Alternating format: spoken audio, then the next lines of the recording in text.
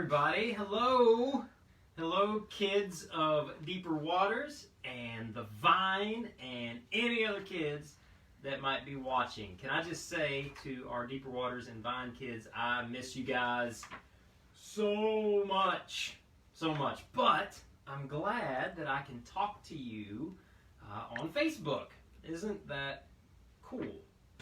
So, I had me a plan this morning.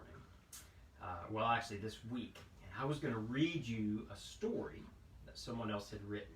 But we ran into a little snag, some copyright issues. Your parents can explain that to you later. So I couldn't read the story. So this morning, what I decided to do was take a story from the Bible, and I chose David and Goliath. And I sort of rewrote it a little bit to help all of us understand it a little better. Now, it still tells the same story, and it still stays true to the Word of God, and it still has the same message. We're just telling it a little different. And so when my kids found out that I was going to be doing that, they said they wanted to help. Sophie, Lily, and Nate said, we want to help. So, they're going to help. Are you guys ready? All right, now listen. I can't see your comments right now, but Miss Brenda can. So, if you want to leave a comment at any time while you're watching, you just tell your parents to type in a comment, or you put it in yourself, and I'll get to see them later. Miss Brenda gets to see them right now. So, with no further ado, I would like to share with you the story of David and Goliath. A long time ago, in the land of Judah, the Philistines, the enemies of God's people, went to war with the Israelites, God's people. The way it started was that the Philistines' army set up camp on one hill, and the Israelite army set up camp on another hill. And there was a big valley in between them. Well, the Philistines had what you would call a not-so-secret weapon. A big, stinky giant named Goliath. They called him their champion.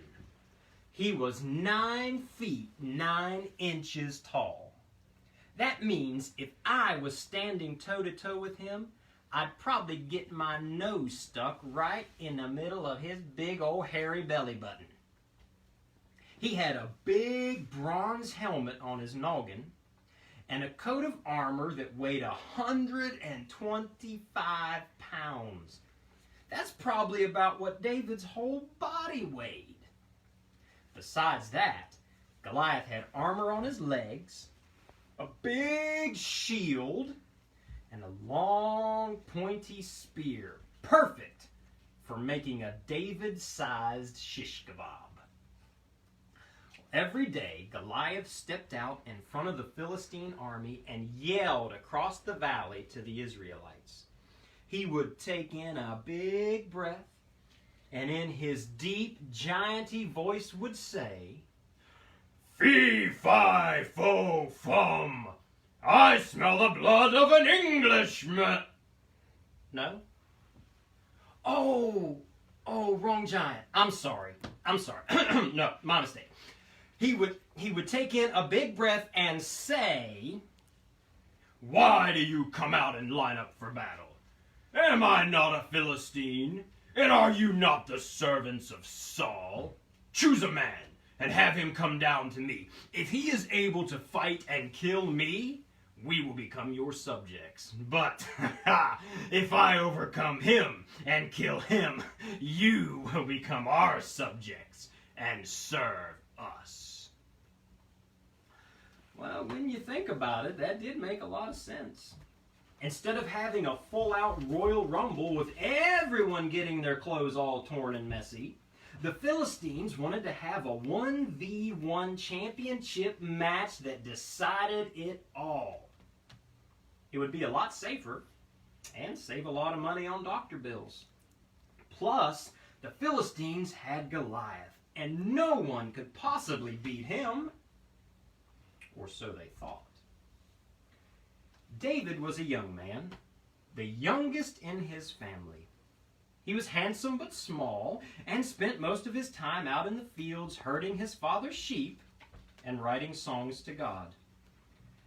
David didn't really seem like the fighting type, so instead of joining the army, he just went to the battle lines every once in a while to take his brothers a sack lunch. You know, cheese sticks, pepperoni rolls, Cool Ranch Doritos, stuff like that. One day, David arrived with the sack lunches just as that big stinky giant started all his yelling and carrying on. Not only did David hear Goliath yelling, he also saw his fellow Israelites run and hide when he did. While some of the Israelite soldiers were crouching behind a rock, David heard them talking about everything King Saul, the leader of the Israelites, would give to any man who could beat that giant. The man who defeated Goliath in battle would receive all the money he could ever need, and the king's daughter as his bride. Just to make sure he was hearing them right, David turned to the men and said, "You all pulling my leg. Say that again.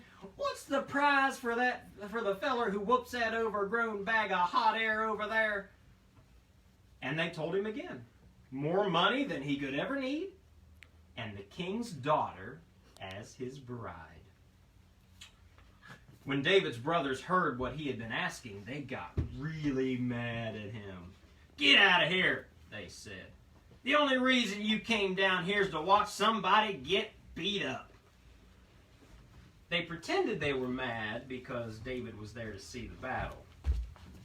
I think they were mad because they were too scared to face Goliath, and young Mr. David was not.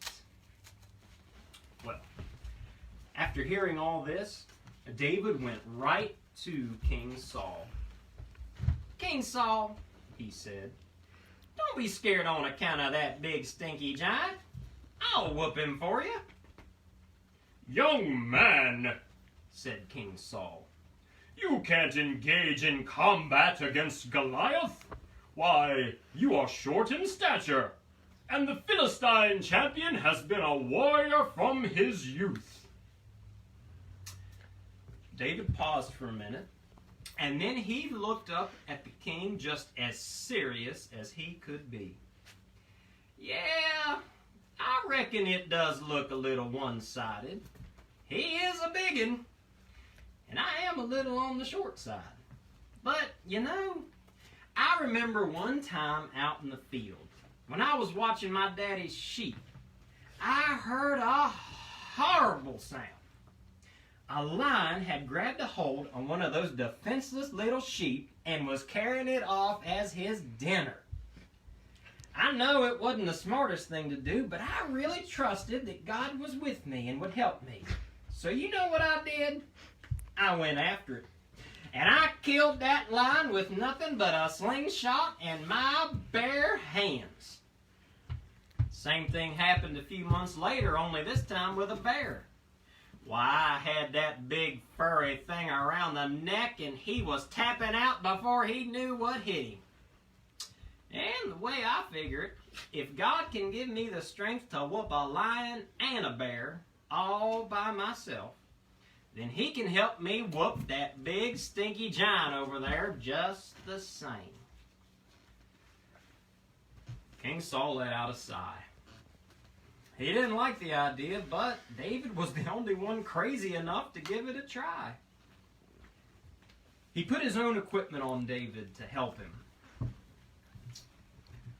But it was all too big. The helmet hung down over his eyes, the armor was too heavy, and the sword was so long it drugged the ground when he walked. So David thanked King Saul kindly, took all that stuff back off, grabbed his slingshot and 5 smooth stones, and walked down into the valley for battle. Old Goliath was thrilled to finally have somebody to fight. He stomped toward David, trash talking as he walked. Fee, fi, fo, fum. I smell the blood of it. No, wrong again. Oh, I'm sorry, wrong again. He said, Am I a dog that you come at me with sticks? Get over here, boy, and I'll feed your carcass to the birds and wild animals. Now, normally a threat like that from a big old stinky giant like Goliath would have sent anyone running back to the hills, especially a little fella like David. But David was different. He knew God was with him.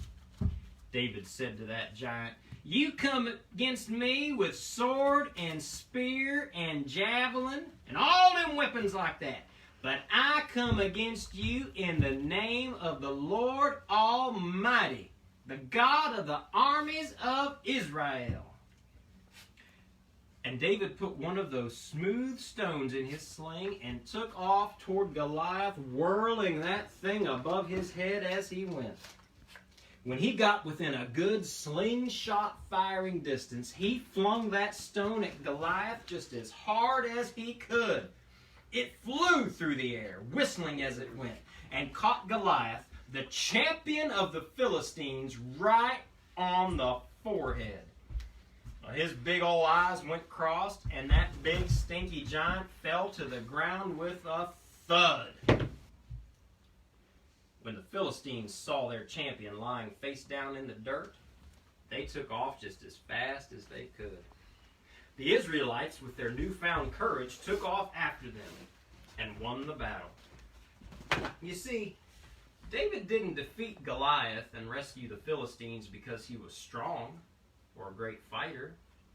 He didn't defeat Goliath because he believed in himself.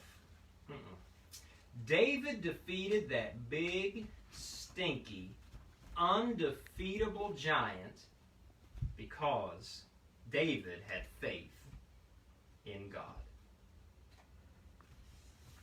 Thanks for hanging out with us, guys. Hope you enjoyed the story, and remember, even a little person, if you have faith in God, you can do really big things.